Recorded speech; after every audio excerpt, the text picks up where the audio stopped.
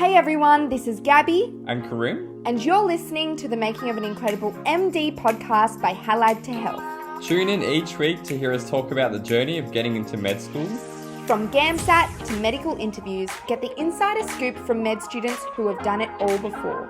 So stay tuned and get ready to get med ready.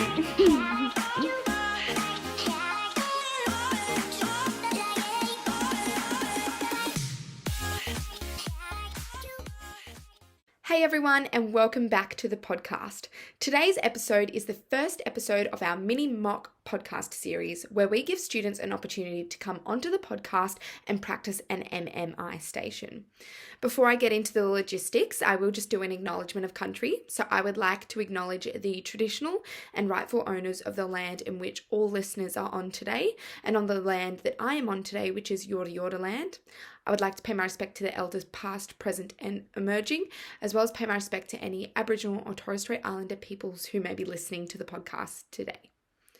So last season we did this mini mock series and the feedback from listeners was pretty positive. So we thought, why not do it again this year?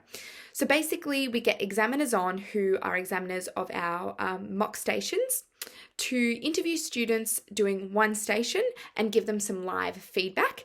So listeners get the opportunity to not only hear what a response may sound like, but also listen to some feedback from examiners who have done it all before.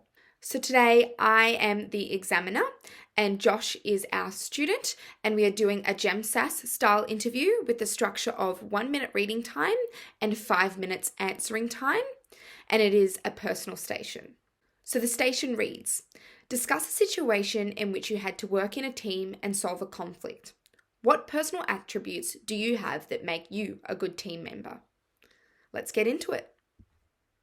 Okay, so one time I had to work in a team it was one university group assignment, and I think it was some nutrition report that we had to come up with as a group, and we had to analyze some literature and do some of this sort of stuff. So the problem was in that situation, the conflict was that we had assigned parts for our group to do and to be completed by a particular date. But one group member, when it came to that date, he hadn't really done anything. And in fact, what he did do was just copy and pasted from some journal article because he used some language that was very high level. And we noticed that. And so, yeah, the first thing I did in that situation was I didn't judge him. I didn't just assume okay, he's being lazy or he doesn't care. I just kind of thought, okay, maybe he doesn't have time. Maybe he's really busy. Maybe something is going wrong. Not wrong, but maybe there's something seriously troubling him in his personal life and he doesn't have time. And so it turned out later when I asked him hey, how's everything going? Just wanted to check up because we're a bit worried about this plagiarism and about wondering how you're tracking with your part of the assignment. And it turns out that he did have something in his personal life. He had to take care of his grandma, taking her to hospital, which was like a 3-hour drive or something. So he just didn't have the time. And from that point of view, we're like, okay, he seriously is going through something. We need to help him with this. So our way of helping was taking on his share of the assignment. And, we asked him what he felt comfortable doing, and he still contributed, but we took on more of the burden because we had the time and he obviously had, enough on his plate as it was already. So that was how we solved that conflict, basically just using empathy and trying to, help him. And, because for us, university assignment's important, but, your life and your family and your family's health is much more important. And so, yeah, that was probably the biggest thing I've learned from that. And so what personal attributes do I have that make a good member of a team? I think personally, as I just mentioned, probably empathy. And I think that kind of stems from my mum and dad. They both came from very different backgrounds, and I've kind of learned and seeing how they kind of clashed because they didn't always look at things from the other point of view. And I've kind of taken on that approach, seeing them bickering and fighting over the dinner table. I kind of said, okay, if you can put yourself in their shoes, then you can do as we did in that group assignment, and don't assume that. Yeah, don't be cynical and assume that someone's being lazy or someone's unmotivated or they don't care, because even if you're in the group assignment, even if you're a friend of them, you don't really know what's going on in their life, right? So I think that is probably one attribute that I have that would make a good member of a team. I think secondly would probably be my communication. and I found that that's really stemmed from just trying to focus on listening to people and not always talking. And that in turn has come from, I'm actually learning modern Greek, and it's very difficult, but like when you learn another language, and especially Greek, you have to really listen to the endings of the words, because that tells you who's what person they're talking about. And so I found that that listening has kind of translated over into English speaking. And now instead of like trying to think of what I'm going to say next, I'm focusing on trying to listen to the person who's talking to me. And I think that really translates well to both a patient-doctor interaction, but also to a healthcare team where I have to listen to what, if I'm a doctor, for example, I have to listen to what the nurses are telling me. I have to listen to what the other consultants are telling me and really take heed of their instructions and just hear what they're asking me and hear what concerns they have about a particular procedure or about the patient. So, yeah. You have 1 minute left if there's anything else you'd like to add. Okay. I think a third personal attribute that I have that will make me a good member of a team is just probably dedication, because I think in doing a Bachelor of Biomedicine, I think that's really helped me, stay focused and stay committed to working as hard as I can to achieve, something academic, because I feel like that is something that will help being a member of a team, because I have a system in place where I write down everything that's due and what needs to be done and what needs to be done by what time. And I found that that's helped me stay on track. And I kind of bake in a little bit of leeway so that if something does come up in my life, I injured my knee a few weeks ago, so I couldn't exactly do many things that time. But that extra leeway that I had baked in allowed me to still complete the assignments well within the time. And so that ability to focus on my part and do my part as well as I can will help me be a good member of a team in general, I believe. Great, that's time's up. Perfect timing. Okay, so first of all, good job, Josh. You did well, and it was quite a vague question, I think. So it can be quite sort of scary to know which way to take the question. And I'm sure you have a lot of examples of teamwork, as do most of us. So it's hard to sort of pick, okay, which one should I use? But overall, I think it was quite a good example. It showed academic integrity and showed that that was something that you were looking for, which is really big, especially in medicine, but all university courses. And you sort of demonstrated some empathy and some personable skills as well. So you had both of those sides to your story, which I thought was great, because when you first brought up the example, I thought, okay, this isn't the strongest example because it's something that all students have. But you spoke about it in a way which made it quite strong. So good job for that, because you demonstrated that it wasn't just one university assignment that you had trouble with. It was multi-layered, and there was lots of things that you were thinking about. So good job for presenting it in that way.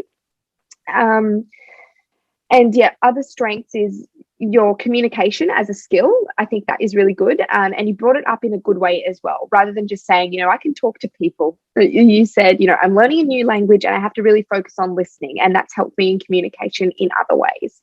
And I think that was really good. And it was really unique as well, saying, I'm learning another language. So again, really good, because with these types of questions, I think lots of students use the same examples, and they might be good examples that are pretty sound, they make sense. But if every student's coming and saying the same thing, they sort of lose their sort of validity, if that makes sense. But I think you did well. The only areas I think you could improve is using dedication as a skill, because you sort of described organization rather than dedication. Even though I'm sure you are both of those things, maybe there's something else or some other way that you could frame it to just sort of emphasize that in a team setting. And then the other thing is that at some points during your stories and explanations, I got a little bit lost. So maybe trying to focus on structure and how you're going to structure when you bring up any example, whether it's in a teamwork setting or some other station, how you're going to explain examples that you've been through in your life. So we just recorded a podcast episode about personal stations. We talk about different ways to structure your responses and different ways, to sort of just explain experiences you've been through life without, being too wishy-washy, but saying enough so that the examiner understands and can really, appreciate what you're trying to tell them. The STAR method is one that you could look into in the time being, but there's other ones on the podcast as well if you want to listen to that. But other than that, I thought you were really personable. You dressed well, which thank you for that. Even for a mock, you've dressed well, so that's good. But yeah, do you have any questions for me?